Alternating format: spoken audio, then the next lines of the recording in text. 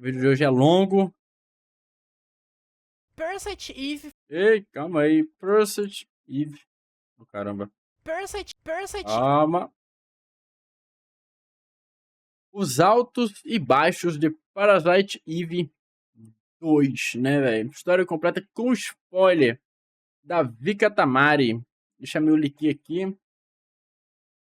Qualidade full. Vambora, né, velho? Esse ferrado, esse. Que nada, velho. Não tá ferrado, não. Amanhã tem Pokémon, velho. História, velho. 4 horas e pouco de vídeo, velho.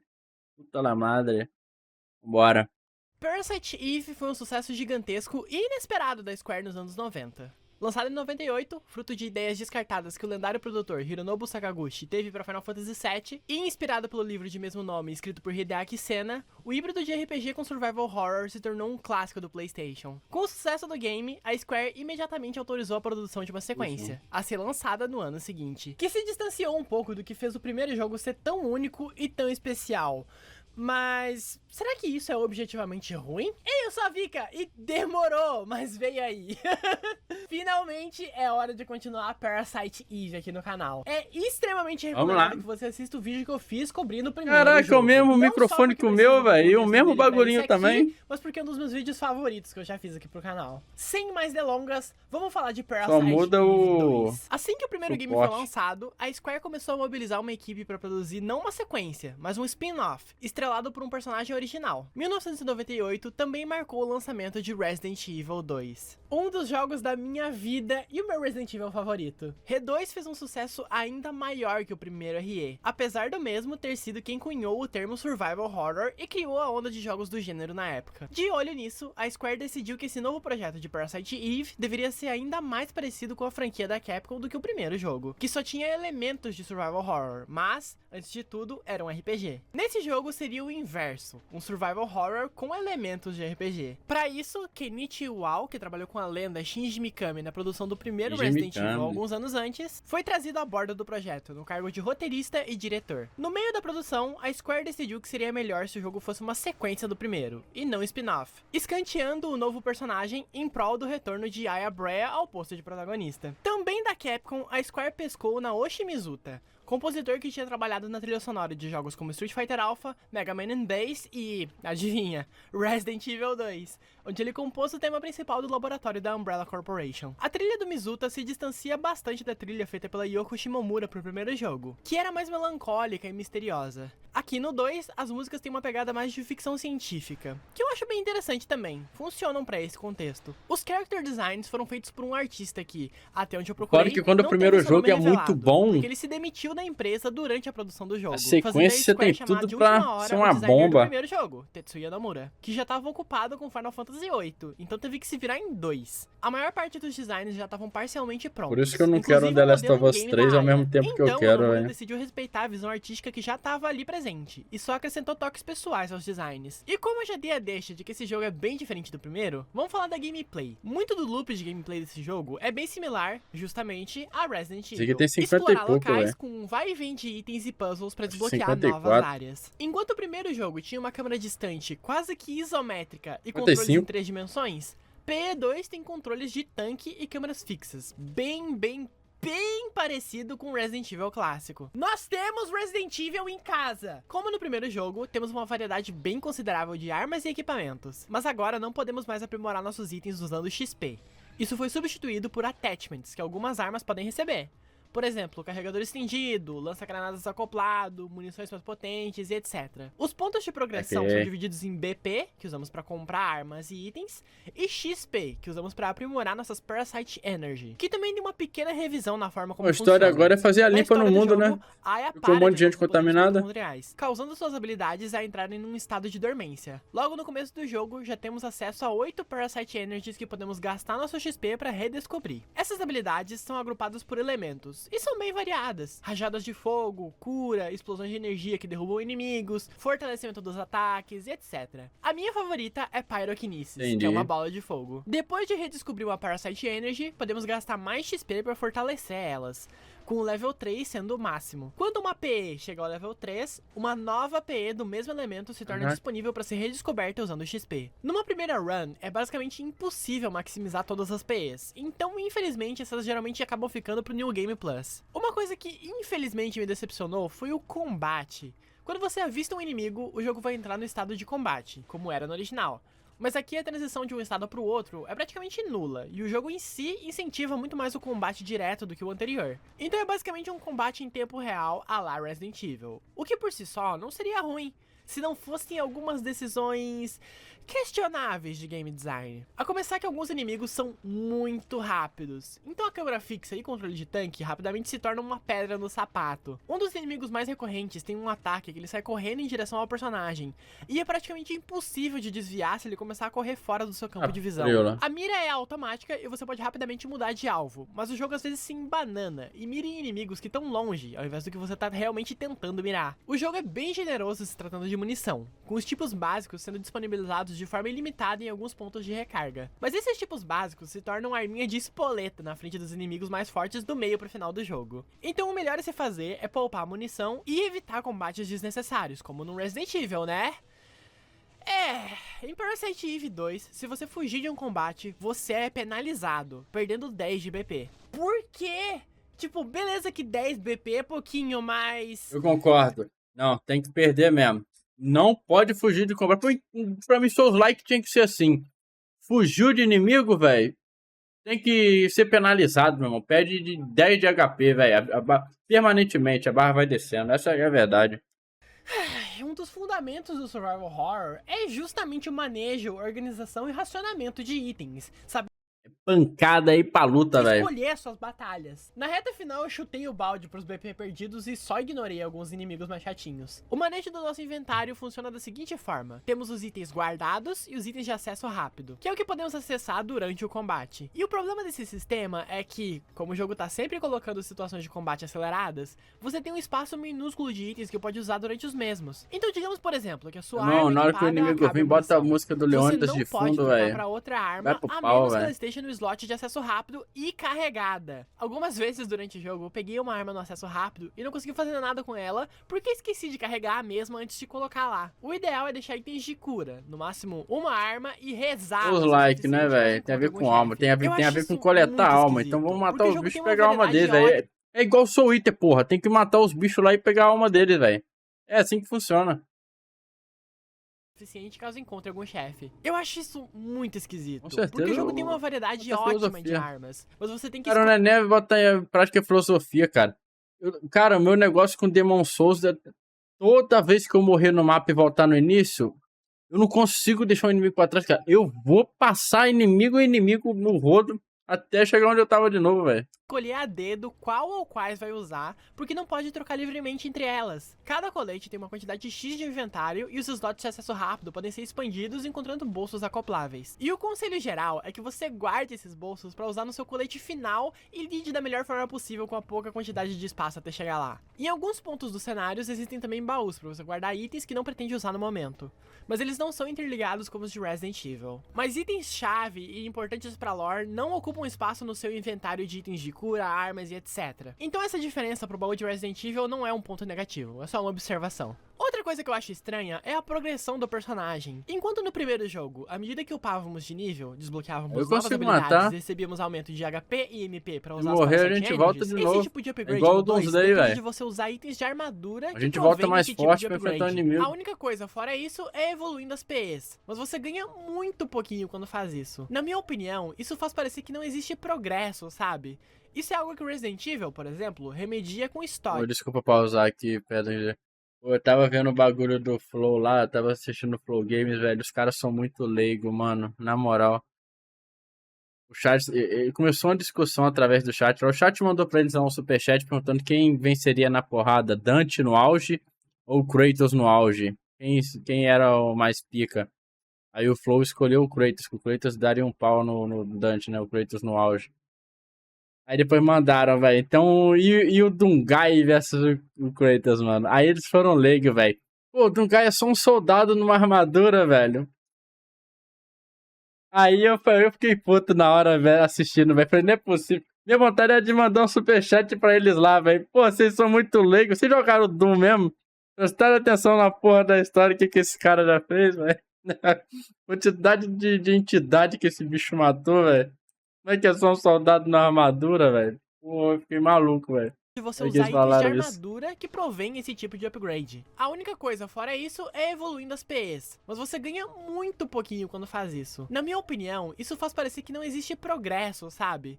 Isso é algo que Resident Evil, por exemplo, remedia com história. E a história de Parasite Eve 2 também é algo que me deixou meio... tanto o ritmo quanto a história em si. Eu vou falar disso com mais calma já já, mas as coisas demoram pra engrenar. E na minha opinião, o jogo enrola muito. Além de ser muito longo, com um backtracking super exagerado. Tem muitas ideias boas, mas a execução deixa a desejar, na minha opinião. E já deixa eu adiantar aqui, tá tudo bem se você gosta do jogo. Eu conheço gente, inclusive, que prefere ele ao primeiro, justamente porque ele é menos RPGístico. Eu não gosto tanto, e tá tudo bem.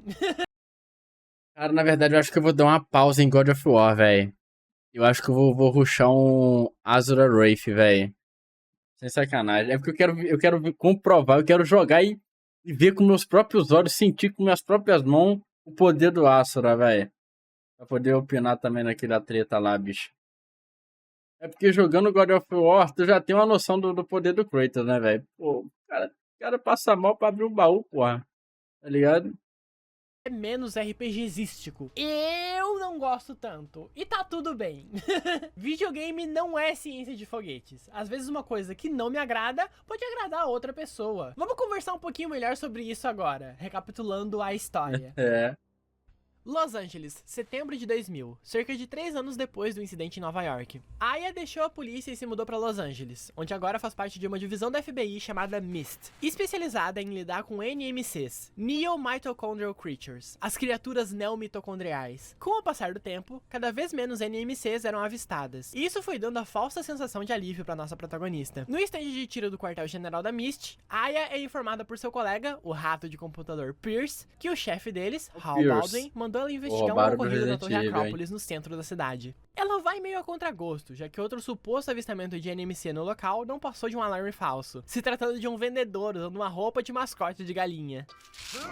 É o Homem-Galinha! Passando no arsenal para dar um salve para Jodie, a especialista de armas da MIST, então... Você vai falar, não, Parasite Eve veio primeiro. Galera, o cara de Resident Evil veio trabalhar em Parasite Eve 2, mano. Certeza que ele já tava pensando nesse personagem lá na frente de Resident Evil e pensou, vou colocar a ideia desse personagem aqui, tá ligado? Boa. Passando no arsenal para dar um salve para Jodie, a especialista de armas da MIST, então seguimos para a garagem, onde Aya parte no seu carro. E vocês já devem ter percebido, mas eu vou deixar claro aqui que, assim como no primeiro jogo, esse game não tem vozes, só texto. Mas diferente do vídeo que eu fiz sobre o primeiro jogo, eu não vou ler as falas dos personagens nesse aqui. Primeiro porque dá muito trabalho. E segundo porque... eu não acho os diálogos desse jogo tão bons. É verdade mesmo, só tem gasosa ali, velho. São ruins, mas são tipo... eu vou ler só alguns que eu achar mais pontuais e que merecem mais destaque. Aya chega na Torre Acrópolis, onde o bicho tá pegando. Ela se informa com um policial que um time da SWAT entrou no prédio e perderam contato. E agora um helicóptero caiu no meio da rua. Um negócio muito interessante nessa seção é que ela tem câmera dinâmica. Como? Se os cenários são pré-renderizados, basicamente uma imagem estática. O cenário dessa parte é um vídeo que avança e retrocede acompanhando o movimento do personagem. Eu amo como no PS1 os desenvolvedores usavam a cabeça pra fazer o melhor que podiam com o hardware limitado. Aya entra hoje em no prédio, dia, no saguão central e encontra o time da SWAT dizimado. cérebro. Ela ouve um telefone tocando e temos o primeiro avistamento de ET Bilu do jogo. Atendemos e é o Baldwin, que manda ela se cuidar.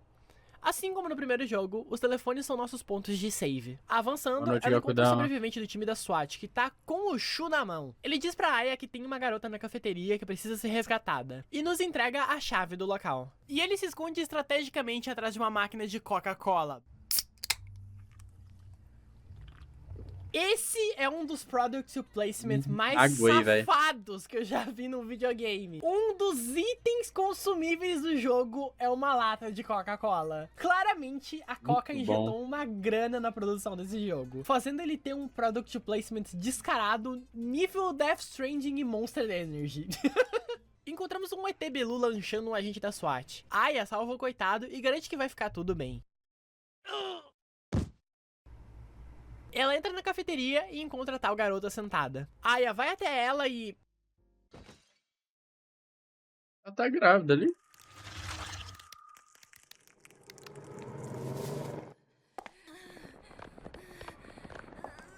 Não, era só impressão mesmo.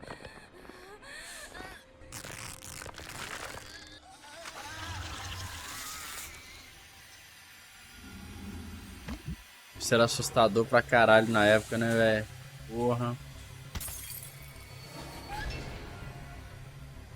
Eita, nós! Isso é um ponto bem interessante pra quem jogou o primeiro game atentamente, já que as NMCs eram sempre animais, nunca humanos. Essa pseudo-boss fight é bem simples, só circular as mesas mantendo distância do bicho. Com a criatura eliminada, a Aya encontra no corpo um dispositivo.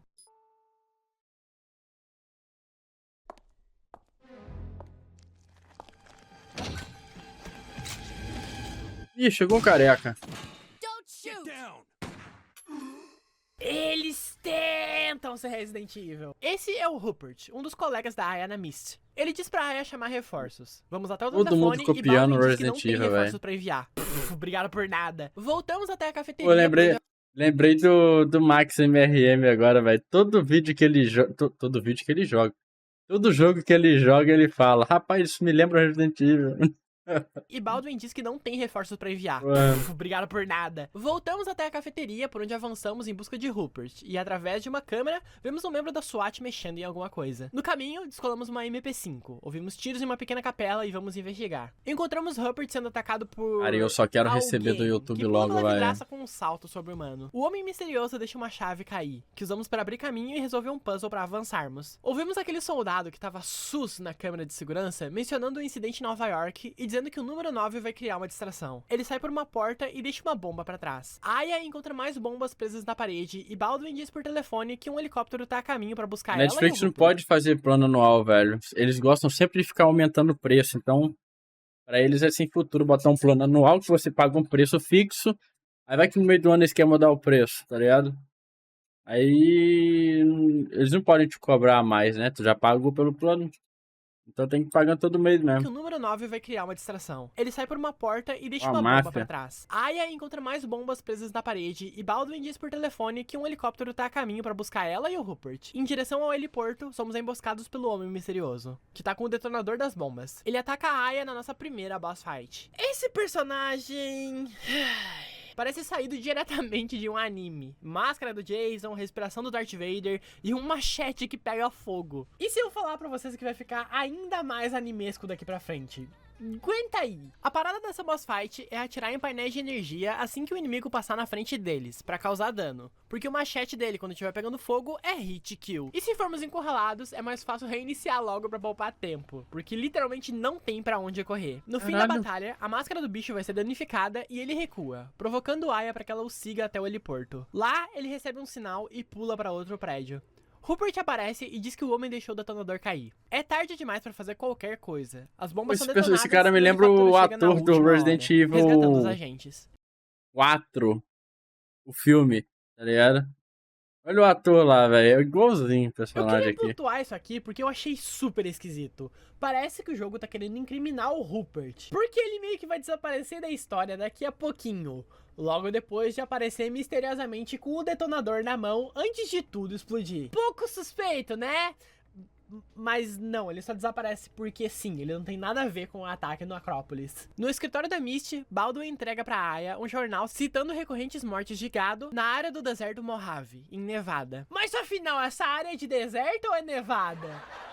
Que os locais atribuíram a avistamentos alienígenas. Baldwin acha que tem a ver com NMCs, que precisam se alimentar constantemente por conta do metabolismo acelerado que possuem. Ele entrega alguns documentos pra Aya, incluindo uma foto do gado abatido, onde pode-se ver um homem de chapéu com uma espingarda, e um relatório onde aprendemos que a divisão Myst opera na surdina, que pro público geral, as operações deles envolvem a investigação de um serial killer, e que qualquer incidente envolvendo NMCs é abafado como simplesmente acidentes naturais ou caçadas ilegais, além de um mapa da região que deve ser investigada no deserto deserto Mojave, uma cidadezinha chamada Dryfield, que fica no meio de lugar nenhum, onde Judas perdeu as botas, cercada de planícies desérticas inabitadas e altos nada. Aya prepara as coisas pra viagem e Pierce traz novidades sobre o implante que ela encontrou. Ele descobriu que é um transmissor, significando que alguém estava propositalmente controlando as NMCs que atacaram Acrópolis, e que ele encontrou traços de areia no implante, podendo indicar que a investigação em Dryfield pode levar a alguma coisa. Aya então parte em direção ao deserto. Chegamos em Dryfield, agora com visual novo. O carro da Aya é um ponto de abastecimento de munição e também o primeiro baú do jogo, afinal ela trouxe suprimentos. Logo na primeira esquina, encontramos a primeira NMC do local. Jesus Maria José! O design desse bicho é lenha para pesadelos. Parece saído diretamente de um mangá do Junji Ito. Investigamos o hotel na entrada da cidade, que tá completamente deserta. Mas é claro, pô! Afinal, a cidade é no meio do deserto. A ambientação dessa área é bem legal. Dá pra sentir o calor desse ambiente. E a decisão de ela ser uma cidadezinha no meio do nada é ótima pra manter a história contida. Investigando alguns prédios abandonados, resolvemos um pequeno puzzle numa oficina que nos dá acesso a uma garagem, onde Aya é rendida por um senhor, o mesmo que apareceu na foto de antes. Ele diz que as NMCs tomaram conta do lugar, muitas pessoas morreram e algumas fugiram a tempo. Esse é o Sr. Douglas, ele é dono do ferro velho no local e dá pra Aya a chave de um quarto do hotel, pra que ela possa descansar da viagem. Ele é um personagem bem legal, que a princípio é meio carrancudo e duvida das capacidades da Aya, mas com o passar do jogo vai criando apreço pela nossa protagonista e assumiu uma postura de paizão, parecido com o que o Daniel tinha no primeiro jogo. Vamos até o quarto e, investigando a sacada, Aya vê uma pessoa na torre de água nos fundos do hotel. Na sacada tem uma pequena escada, que usamos pra descer e ir até lá. Mas encontramos mais desses cavalos Junjiitos, que estão tentando cavar pra passar embaixo da cerca. Precisamos ativar uma alavanca num painel pra abrir o portão. Só que nisso, um alarme começa a tocar, atraindo os caras de cavalo, que além de te atacar, correm pra mexer no painel e fechar o portão. Então a gente tem que agir Caralho, velho, o o bicho é portão fecha, inteligente. mas os bichos começam a passar pelo buraco que fizeram embaixo da cerca. Finalizamos eles e a escada pra subir na torre desce. Lá em cima conhecemos Kyle Madigan. Aya se apresenta como sendo do FBI e Kyle deduz que ela seja uma caçadora de NMCs na Myst, deixando Aya meio sus. Mas ele explica que fez o dever de casa porque é um investigador particular, enviado pra Dryfield em busca de um abrigo na região. Eles concordam em se ajudar na investigação e Kyle vai embora. Curiosidade, o Kyle é que ia ser o protagonista do jogo, quando eles ainda estavam planejando ser um spin-off. Quando trouxeram a Aya de volta, resolveram dar um papel secundário pra ele. Encontramos uma chave em um corpo de alguém que tava se escondendo aqui em cima. De cima da caixa da água, conseguimos uma visão panorâmica da cidade. Aya vê a caminhonete do Sr. Douglas estacionada no ferro velho,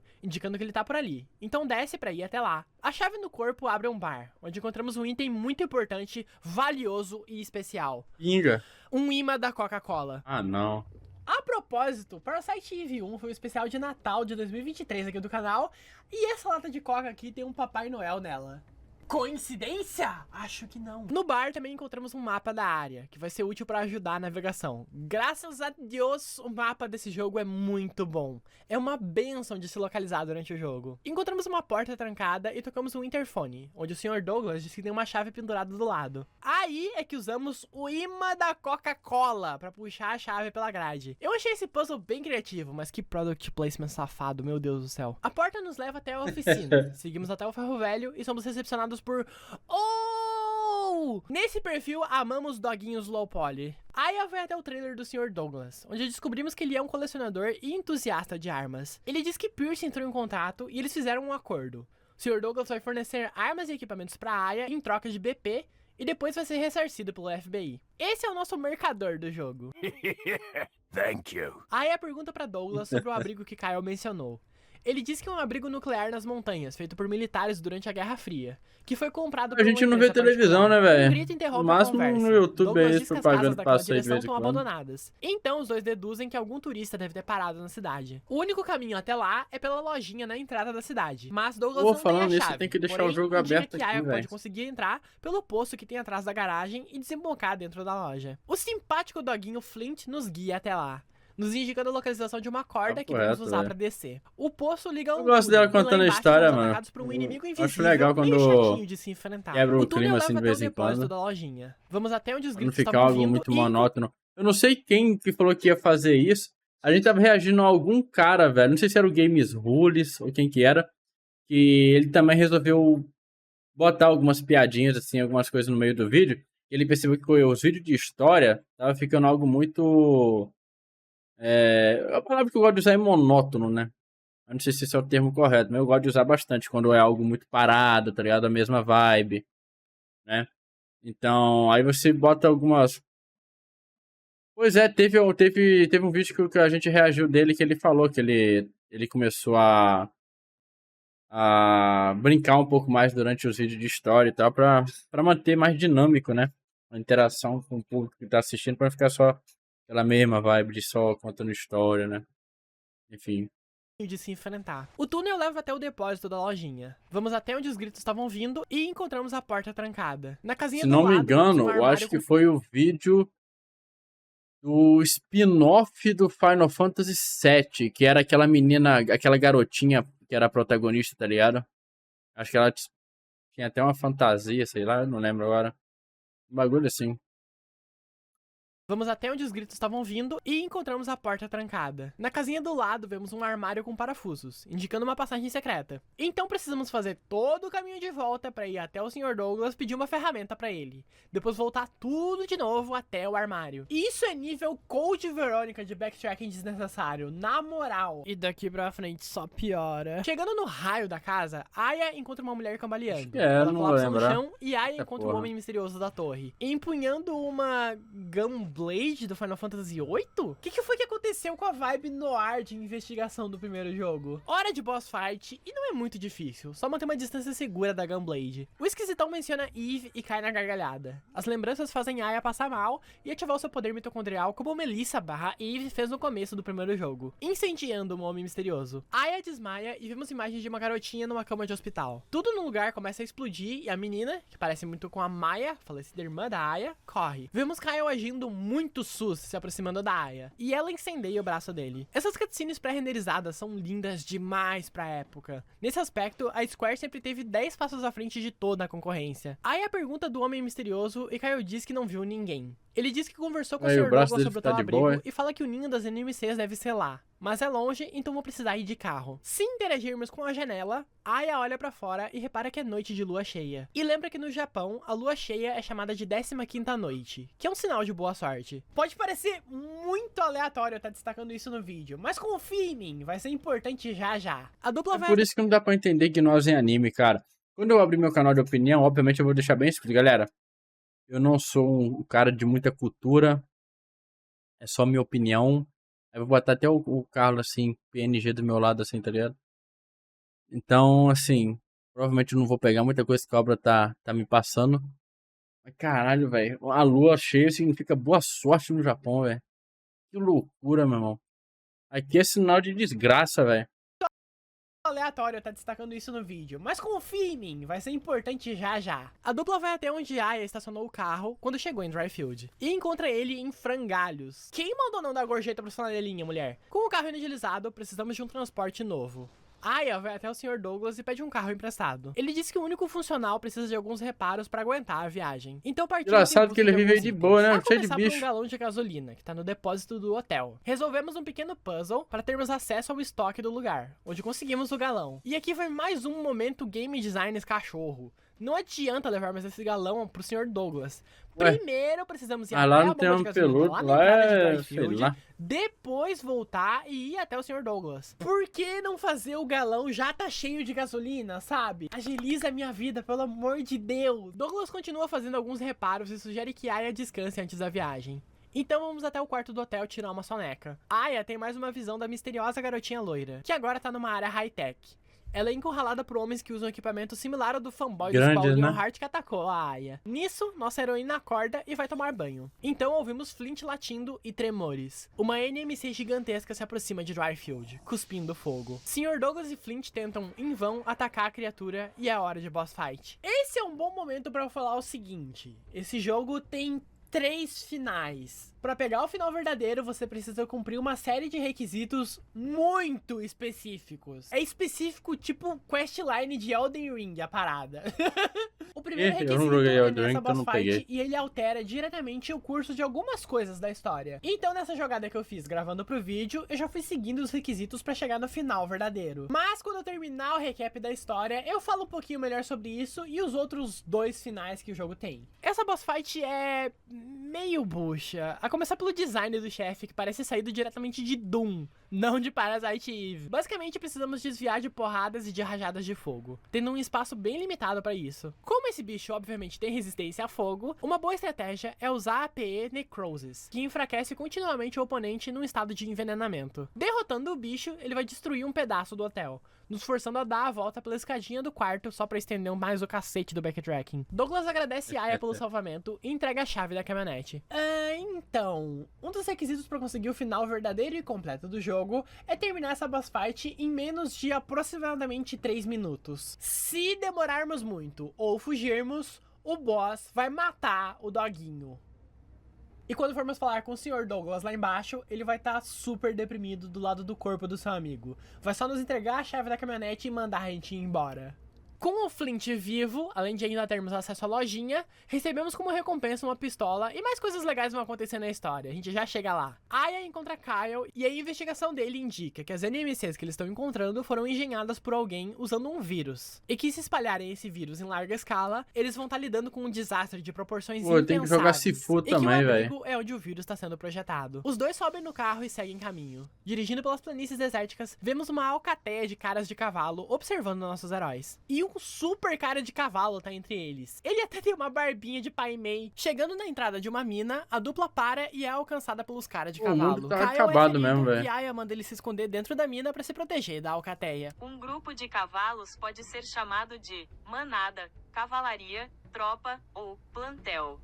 A literal cavalaria chega. E essa parte é bem intensa, com uma música bem legal tocando. Dando cabo dos bichos, avançamos pela mina, que também tem infestada de NPCs. Precisamos resolver um puzzle bem legalzinho, num painel para liberar a passagem por um portão, onde encontramos uma área bem escura e somos emboscados pelo cavalo rei. Hora de boss fight e... Cavalo essa rei. batalha eu achei uma merda. Basicamente, ele vai ficar vagando pela sala até nos ver e dar uma investida. A estratégia é usar esses tonéis explosivos pra causar dano. Mas olha que beleza! Eles não explodem no primeiro tiro. Precisamos causar um certo dano nos tonéis para que eles explodam, fazendo esse ser mais um momento game design cachorro. Ah, Ou, não é nesse caso, possível, cavalo. cara. Aí é E o bicho que tá sacanagem. por cima tem HP pra cacete. Demora pra causar dano. É bem chatinho. O bicho é derrotado e no corpo dele encontramos a pistola do Kyle e um plug. Só que o bicho não é derrotado. É hora da fase 2 da boss fight, onde o bicho pega de verdade. Porque o cara de cavalo rei se move na velocidade do Birkin G4 do R2 e volta e meia dá uns pulos mágicos pra cair exatamente onde a gente tá. Além de causar envenenamento e muito, muito dano, é óbvio. Foi uma desgraça, mas pelo menos nessa fase ele fica ainda mais frágil contra fogo. Então, a PE Pyrokinesis é uma mão na roda. E quando eu tava jogando, eu gastei todos os barris explosivos na primeira fase. E gastei todos os itens que recuperavam o MP do meu acesso rápido. Eu fiquei tão frustrada que eu parei de jogar nesse dia. Eu resolvi dar um tempo pra minha cabeça. Então fica a dica pra quem for jogar essa Ser um bagaça. Demon Souls Guardem só... os malditos barris. vinho o Usem tempo uma inteiro, velho. shotgun com munição buckshot pra destruir eles de uma vez só. E pyrokinesis até cansar. 1.000 milhões de anos depois, o cara de cavalo finalmente vira churrasco. E Aya lamenta o destino horrível de Kyle. Nessa área, encontramos na parede uma fresta, indicando uma porta secreta. E uma motocicleta com o coldre que caberia perfeitamente uma espada. Eu vou levantar a dúvida aqui. A Gunblade é mais espada ou é mais arma? Discutam nos comentários.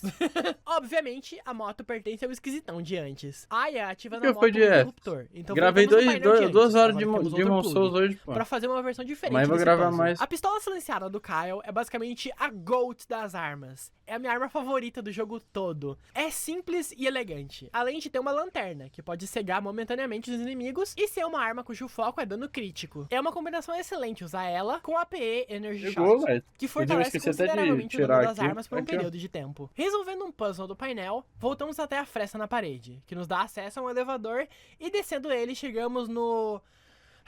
Laboratório high-tech. Adentro, Nós temos Resident Evil em casa. Esse cenário foi o momento que o jogo começou a me perder. Papo reto. Layout confuso, salas super repetitivas e nem um pouco interessantes. Zerei o 3 Alguns hoje corredores também, têm velho. torretas que atiram e a gente vai passar Eu acho que eu vou muito puxar um tempo Asura's aqui. Isso Wraith que é o antes pior. como eu já repeti no que eu tinha falado antes, né? Não sei se você tava aí. Vou no jogar um Asura antes de ir pro Ascension, velho. Tem torretas que atiram. Só falta o E a gente Ascension, vai vai chegar passar no muito 2018 tempo agora. aqui. Isso Eu que é o já pior. terminei os E dois tem de um negócio PSP. curioso aqui. Uma das salas desse laboratório, que é o Arsenal, precisa de um cartão de acesso. E onde que a gente pega esse cartão de acesso? Na Acrópolis. No prólogo do jogo. Pelo menos essa sala é opcional. Ali a gente consegue uma nova shotgun e um bom estoque de munições especiais. Só isso. O laboratório é o supra-sumo do backtracking que não sabe a hora de parar. Então eu vou agilizar aqui para o que interessa, beleza? Explorando os corredores, Aya vai ter mais uma visão da garotinha misteriosa. Vemos ela fugindo de alguém e passando pela Planta 42? Eles tentam ser Resident Evil. Aya volta a si e retoma a exploração do local, encontrando uma sala que parece um cativeiro. Avançando, Aya é atacada por uma NMC que foge pela ventilação do teto e... fala? Voltando pelo caminho que viemos, um detector de contaminação ativa enquanto escaneia... Isso aí também. Essa parte aqui eu posso falar. Ah, não, eu esqueci, não. Eu já ia falar merda. Ainda bem que eu não falei. a Aya e começa a soltar gás para desinfectar a passagem. Usamos a saída de lixo para escapar, caindo no depósito de descarte. Não, eu ia falar que tá lembrando a Alien Isolation, velho. Mas a Alien Isolation é bem depois. Mas pode ser, né, velho? Pegaram do Alien isso aí, qual é o problema? Caminho que viemos, um detector de contaminação ativa enquanto escaneia a Aya e começa a soltar gás para desinfectar a passagem. Usamos a saída de lixo para escapar, caindo no depósito de descarte. E quem assistiu Star Wars já sabe onde isso vai levar. Hora de boss fight contra o Glutão. Sou eu ou ele tem uma cara meio engraçada? A mecânica dessa boss fight é bem da mesmo, hora. velho. O Glutão começa a sugar o ar para coletar lixo e tentar nos engolir. Nessa A cara hora, dele tá me precisamos lembrando correr pra algum longe, personagem, velho. resistindo e atirando, já que o local que ele recebe dano é justamente dentro da boca. Depois ele vai começar a expelir lixo na nossa direção. Então precisamos ficar atentos nas sombras no chão para desviarmos. À medida que causamos dano, o Glutão vai tentar se aproximar, fechando a nossa área de manobra. Eventualmente ele vai romper o cabo que prendia ele no teto e puff. A porta atrás de nós se abre e obviamente o bicho ainda não morreu.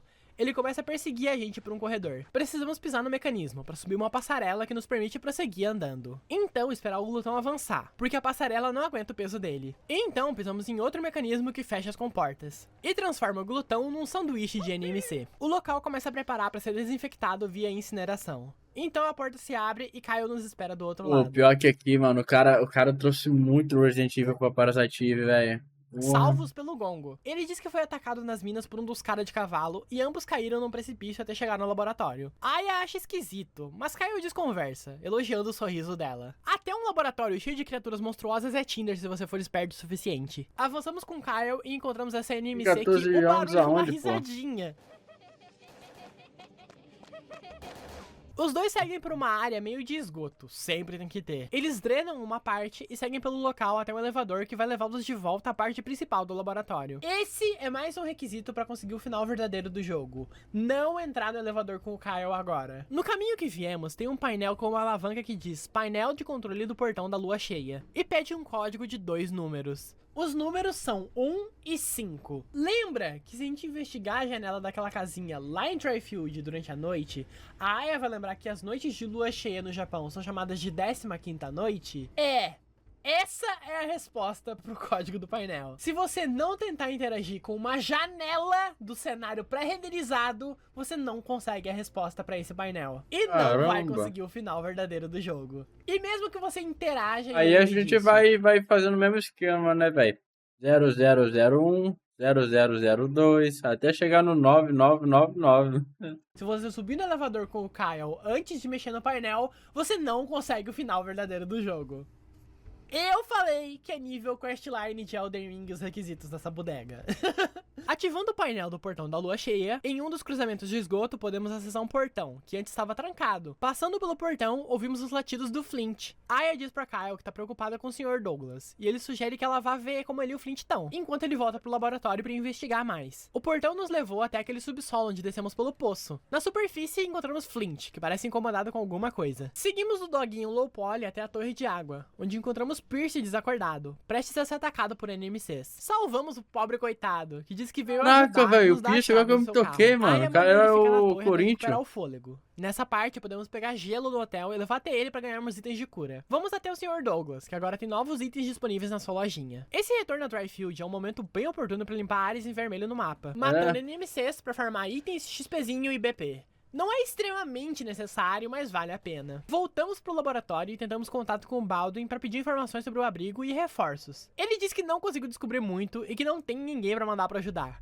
Obrigada por nada, de novo. Voltando ao vai e vem pelo laboratório, encontramos uma papelada de relatórios, falando sobre os experimentos da instalação e citando que um dos pesquisadores trabalhando no local se ofereceu como cobaia em testes de neomitocôndria. Ouvimos aquela NMC tagarela de novo, que reconhece Aya como sendo uma NMC também. Hora de pós-fight contra o tagarela, que claramente pulou o treino de perna e de braço. Não é uma batalha difícil, dá pra telegrafar o momento que ele vai atacar. Derrotando o bicho, encontramos um cartão de acesso com ele, confirmando que essa NMC era o pesquisador que lemos sobre. O cartão nos permite abrir algumas portas novas. Uma delas sendo de uma sala familiar. É o lugar onde aquela menininha tava. Anexo a essa sala tem um escritório, onde encontramos frascos com material genético marcados com os nomes Eve e Aya, além de incubadoras contendo formas de vida sintéticas, presas a órgãos artificiais. Com um computador cujo plano de fundo diz Melissa Maia repetidamente. E uma minhoquinha passeia pela tela. Melissa, que é o nome daquela cantora de ópera que foi hospedeira da mitocôndria Eve no primeiro jogo,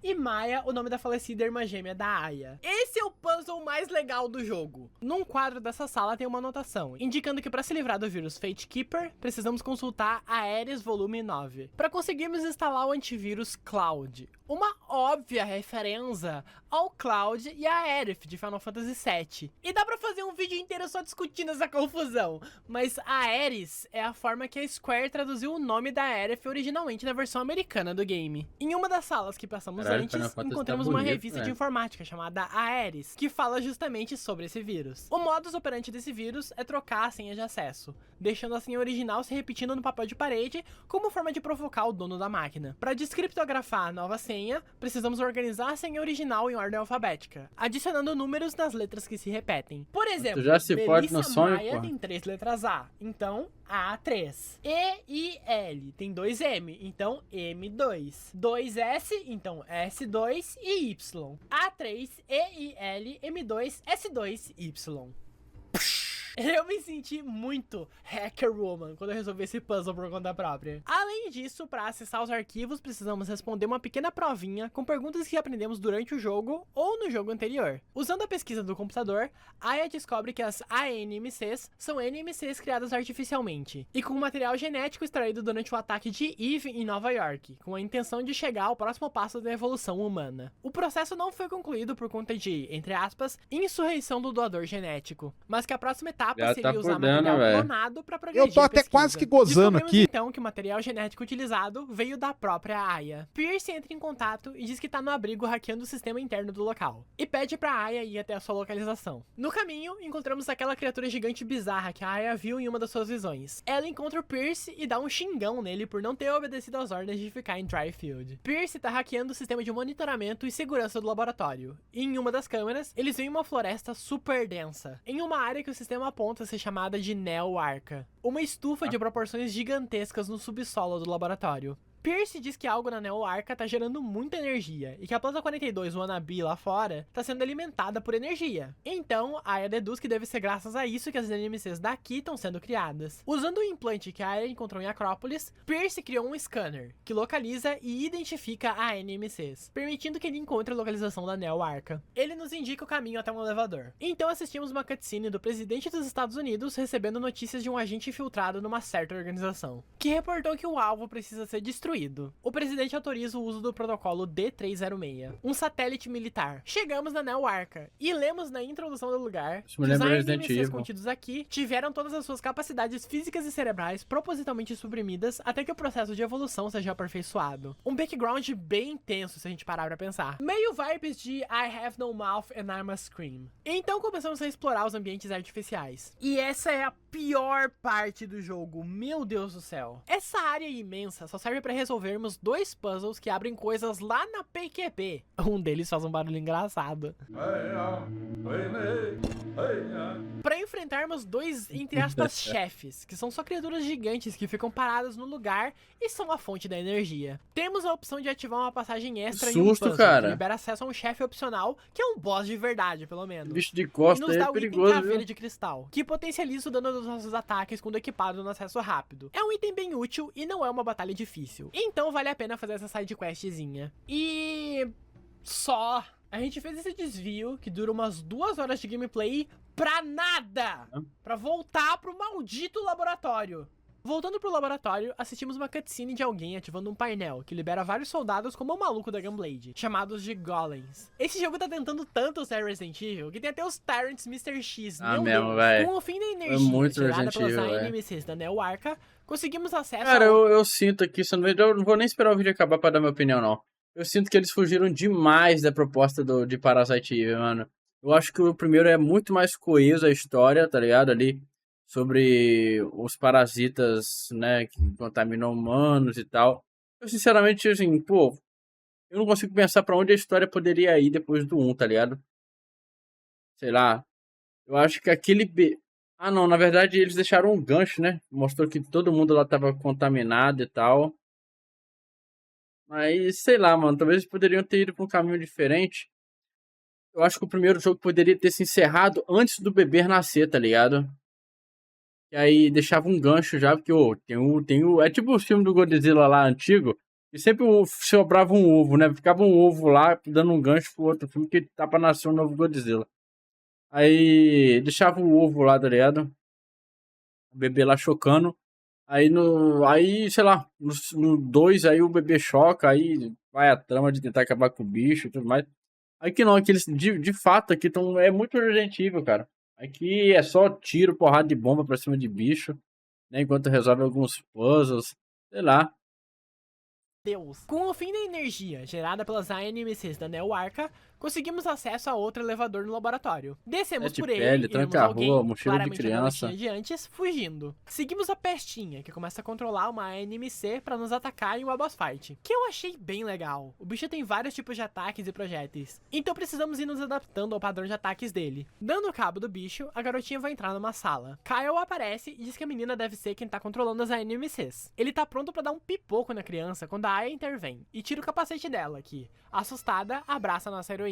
O capacete marca o nome da menina, Eve. Ela diz que reconhece o capacete como um amplificador de ondas cerebrais, tendo aprendido isso num artigo escrito por Maeda, o cientista que ajudou ela durante o incidente em Nova York. A organização que criou o laboratório usou os poderes mitocondriais de Eve, que caso não tenha dado pra perceber, é um clone da Aya, como meio de controlar as criaturas, instigando a ela apenas emoções básicas, medo, aumentando assim o seu senso de autopreservação, deixando a garota assustada e agressiva, também, causando um acidente no laboratório e libertando NMCs na área. Kyle então diz que as NMCs em Acrópolis não devem ter sido só um acidente, Pode gozar, e sim um mano, tá aviso de que as liberado. neomitocôndrias estavam evoluindo. Faz sentido! Peraí, como que o Kyle sabia que tinha uma NMCs em Acrópolis? A Aya tem a mesmíssima reação que eu tive. O telefone na sala começa a tocar, deixando Eve incomodada. Aya atende e é Pierce, dizendo pra ela ir até ele urgentemente, e a ligação corta. A luz da sala começa a piscar e granadas de gás são arremessadas. Kyle atira em um vidro pra abrir caminho, enquanto os Mr. X genéricos invadem a sala. Aya vê que ele tem uma máscara de gás igual a do agente que plantou as bombas em Acrópolis. Ele manda a Aya tirar a Eve dali, enquanto ele atrasa as NMCs. Ele é estiloso e porradeiro, né, velho? Uma incubadora. Aya dá uma espiada e vê outro clone dela em formação. Eve, sua amiga quer ficar aqui.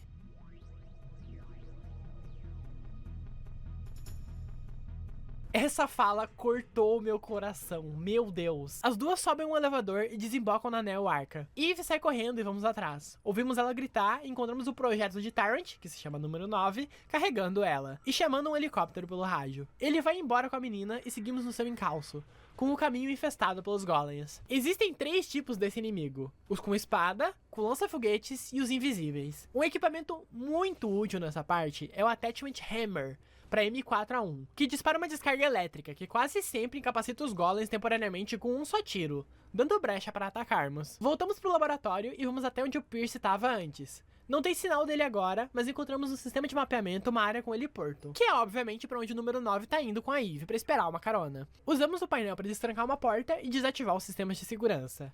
Agora é o momento de cumprir mais um dos requisitos necessários para termos o final verdadeiro, que é inspecionar o telefone dessa sala, onde encontramos um recado deixado por Pierce, informando que ele achou no banco de dados da Neo Arca vários relatórios da Misty, o que significa que alguém da organização está envolvido nessa zona toda. A anotação cita o nome do Baldwin, mas não conclui o que ia dizer, porque Pierce aparentemente saiu correndo às pressas da sala. Depois de interagir com a anotação, precisamos usar o telefone e ligar para o quartel-general da Misty. Jodie vai atender e Aya diz para não confiar no Baldwin e informar o Rupert do que tá rolando. A porta que destrancamos nos leva a um estacionamento, onde resolvemos um pequeno puzzle para liberar um carro, que usamos para seguir pelo túnel de acesso. Enfrentamos mais alguns golems e aqui tem mais um requisito para o final verdadeiro. No caminho, encontramos a motocicleta do número 9. Se interagirmos com ela, vamos encontrar um ursinho de pelúcia que pertence a Eve. Liberamos a passagem, em outro momento que o jogo usa vídeo como cenário, e então avançamos, desembocando na superfície, onde Aya é surpreendida por um exército de golems, e um deles parte para cima da moça.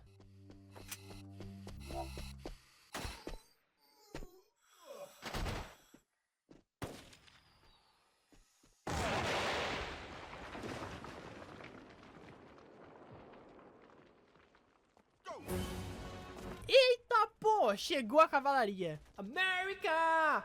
Yeah! Assistimos mais uma cutscene do presidente, falando com o general que diz que a situação tá quase sob o controle. Ele reporta que não conseguem acessar uma área devido a uma barreira biológica, como o que aconteceu em Nova York, e que perderam contato com o agente anteriormente citado. O general diz que a melhor opção é autorizar um ataque orbital e destruir toda a instalação. Tempo para evacuação? Nenhum. As possíveis baixas receberão um funeral de honra como heróis que morreram pelo bem do país. A cutscene acaba sem muito sabermos a Resident decisão do Evil, presidente. cara. Aya atualiza um tenente do exército que ajudou ela sobre o que tá rolando e sobre as NMCs. Ele diz que o batalhão dele foi Pra ser o Dream do Dream, só falta o final do jogo ser eles indo embora de helicóptero, assim, enquanto a base tá sendo destruída por uma bomba, tá ligado? Pá, aí, perfeito, velho. despachado em busca de um suposto ataque terrorista sendo orquestrado. Aya pede que ninguém se aproxime do laboratório por conta do risco das mitocôndrias reagirem como foi em Nova York. O tenente diz que uma equipe fez buscas na área, mas sem sinal de Eve ou número 9 nos lugares que eles conseguiram investigar. Ele autoriza a Aya a voltar pro laboratório e investigar sozinha. Entramos em contato com Rupert, que diz que Baldwin já foi detido e que ele tá descobrindo mais podres do veiaco. Do lado de fora da barraca, encontramos Flint, que nos traz um item que repõe MP enviado por Douglas. Encontramos também a Jun Kazama, a Jodie. Ela diz que Baldwin e outros agentes estavam vazando informações da Misty para a organização que comanda o abrigo e a Se Neo botasse um cabelo Aqui preto, no parecia de um acampamento do casama inimigo, mesmo, temos velho. acesso a todos os baús que tivemos pelo jogo, caso tenhamos deixado algum item importante neles. E também uma lojinha para comprar armas e itens. Inclusive o Attachment Javelin para M4, que vai ser muito útil já já. Agora temos mais um passo dos requisitos para chegar no final verdadeiro do jogo, que é apertar na opção usar no ursinho de pelúcia da Eve perto do Flint. Aya vai mostrar o ursinho pra ele e pedir que o doguinho fareje a garota. Voltando pro maldito laboratório, o tenente vai entrar em contato, falando que receberam ordens pra recuar e pedir pra que ela se apresse. Somos então guiados pelo nosso simpático amigo de 4 patas na direção de onde Eve está. No caminho, encontramos um soldado ferido, que perdeu a visão ao se aproximar da área onde a energia neomitocondrial tá concentrada. Aya acalma o soldado, dizendo que a sua visão deve voltar logo, agora que ele tá fora do alcance da área. E deixa Flint com ele até que o pobre coitado se recomponha e consiga andar de volta pra superfície. Agora é hora de cumprir um último requisito pra conseguir o final verdadeiro. E até o freezer onde os golems foram ativados, onde encontramos Pierce. Aya se sente culpada por ter colocado Pierce nessa literal fria e conta pra ele tudo o que rolou desde a morte de Maya e Mariko. Pierce diz que confia em Aya e que ela vai resolver isso de uma vez por todas. Então parte pra superfície. Se voltarmos um pouquinho até o estacionamento, vamos encontrar um caminhão do exército, onde informam a Aya que o soldado de antes e Flint já estão na superfície sendo transportados pra longe do local. E essa é a nossa última lojinha do jogo. Vamos então pro lugar onde Flint indicou.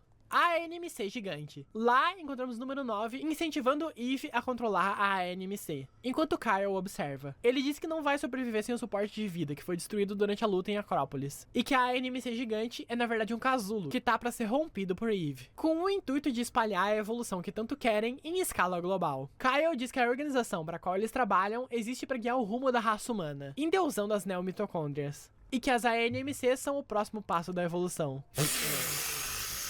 Eu achei esse plot meio Illuminati muito ruim, cacetada. Um dos pontos que eu acho muito bem sacados no roteiro do primeiro jogo é justamente que, apesar do ataque final da Eve tomar proporções gigantescas, ainda é uma história bastante contida. Aí chega a sequência e introduz uma organização Illuminati que construiu um mega laboratório com uma floresta tropical artificial para transformar as pessoas em NMCs para serem o próximo passo da evolução e assim guiar o rumo da raça humana. Resident Evil total aí, cara, tá ligado? Pô, Laboratório Umbrella, debaixo de uma mansão, no meio de uma floresta, estudo do vírus pra poder aprimorar os humanos, né, velho? No próximo passo da evolução. Tô falando, só falta agora ela indo embora no helicóptero e tudo explodindo, velho. Aí acabou. Kyle atira em Aya, que cai no chão. E então atira no número 9 e nos tentáculos do casulo que estavam encostando na Eve. Madigan, seu traidor! Eu? Traidor? Por favor. Eu só tava pensando. A humanidade tá bem do jeito que tá. Você vai se arrepender! Já estou arrependido. Eu devia ter acabado com você há dias, antes que pudesse colocar essas duas em risco. Madigan, seu cretino! Eu vou te levar comigo! Pô, é o céu. Kyle se desculpa com Aya e revela que precisou fingir para poder investigar a fundo. Só para não ficar confuso aqui no vídeo, descobrimos depois que o Kyle é o agente que o presidente e o general citaram. Ele é um agente duplo que estava infiltrado na organização para investigar as ANMCs. Ele tenta se comunicar com alguém na superfície e Eve fala pela primeira vez. Aquilo são estrelas? O satélite que o presidente autorizou o uso é, justamente, o ataque orbital que o general mencionou. E vemos os disparos destruindo o Dryfield e acertando o laboratório, danificando o casulo.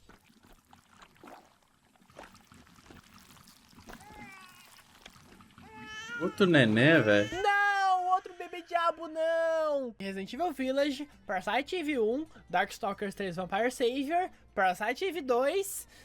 Tem a Chun-Li bebê de porcelana do Marvel vs Capcom Infinite. Ela conta, então são 5. O ataque orbital destruiu a passarela onde o trio estava. Aya cai pra um lado, Kyle pro outro. E Eve lá embaixo. Ele manda a Aya não se preocupar com ele e ir atrás da menina. E vemos que ele tá preso embaixo de destroços. E desmaia assim que Aya se retira. Lá embaixo vemos Eve presa em cabos. E o bebê diabo, que agora é uma maçaroca de carne, nos ataca. Essa boss fight é bem interessante.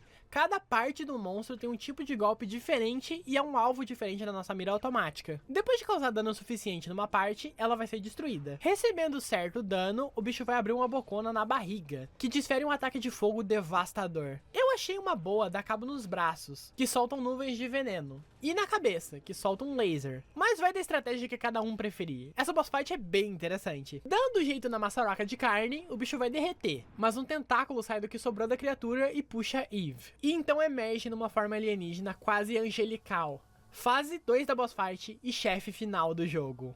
Essa batalha é mitologicamente difícil. Digna de um JRPG clássico. Ela conseguiu botar o bebê diabo do ABC Paulista do primeiro jogo no chinelo. Mas é um pouco decepcionante porque tem só essa forma. Enquanto a batalha final do primeiro jogo vai escalando à medida que as formas do inimigo mudam. Mecanicamente falando, ela não é complexa. Mas além de uma quantidade absurda de HP, os ataques têm uma área de alcance enorme e causam muito dano. Se morrermos nessa fase, precisamos voltar desde o início contra o João Grandão. E se estiver dando muito trabalho, eu vou dar a dica aqui e já aproveitar para confessar que eu joguei a toalha. Existe um glitch bem conhecido que multiplica o dano do Javelin, trivializando essa batalha. Depois de meia dúzia de tentativas muito frustradas, eu apelei pra esse glitch, sendo bem sincera com vocês. Depois de uma intensa batalha, a criatura agarra Aya e levanta voo, se desfazendo no ar, com nossa protagonista em queda livre. Aya é acordada por Kyle, que diz que Eve tá bem, desacordada do lado dela. Eles dizem que tem muito a contar um pro outro. Aya apaga novamente e ouvimos vozes de alguém resgatando ela e Eve. Uma cena na Casa Branca mostra o presidente e o general, falando que graças às ações da Mist, as casualidades foram mínimas anime, e que velho. os militares já começaram a assumir com as evidências. O Se incidente for de foi atribuído porrada, a um até que ataque vai, pô. Eu terrorista assisto e a anime atividade todo do CGI. satélite Quem vai ser ganha, encoberta acho como a mau Jin, eu achei funcionamento legal de um também. reator de energia solar. E que até o momento, a mídia não fez nenhuma ligação com o incidente de Nova York. A única peça fora do lugar é que Kyle tá desaparecido. Então O é presidente bom, hein? ordena que ele seja encontrado e trazido até ele, for- pois o eu já- risco de informações pode ser sigilosas berserk, sobre o velho. incidente vazarem é grande demais pra darem mole. E então temos um monólogo da Aya um ano depois, que serve como epílogo para o que rolou nesse meio tempo. O FBI agiu, prendendo Baldwin e os membros da Mist, que estavam colaborando com a organização, mas que as informações sobre a mesma são extremamente confidenciais e nem ela conseguiu acesso. O incidente foi encoberto e Rupert assumiu o posto que era do Baldwin, e começou a trabalhar em conjunto com a Jodie para revelar para o mundo a verdade sobre a Mist e as NMCs. Maeda propôs uma teoria científica que pode ser capaz de identificar pessoas com neomitocôndrias antes mesmo que elas demonstrem atividade, para que essas pessoas sejam encontradas, auxiliadas e educadas já de antemão. Pierce tá ajudando ele no projeto, e Rupert usou seus contatos no FBI Esse é o para nome do ajudar a personagem Eve, que fala que isso aí, o agora é Gyakudama. legalmente reconhecida como irmã mais nova de Aya, e tá frequentando uma escola. Não há sinal do seu passado sombrio e seus poderes neomitocondriais adormeceram. Aquele doidinho, Sr. né? Douglas se feriu durante o ataque orbital, mas já se recuperou e tá se dedicando a reconstruir Dryfield. E Kyle nunca mais foi visto. Não existem rastros ou registros da existência dele. Se ele não tivesse atirado na Aya, era até possível se duvidar de que ele tenha sido real. Aya tá tirando férias e recebeu de presente de Pierce e Eve ingressos pro Museu de História Natural. Assistimos então uma cutscene das duas no museu. Eve encantada com tudo que vê. E alguém entra na sala.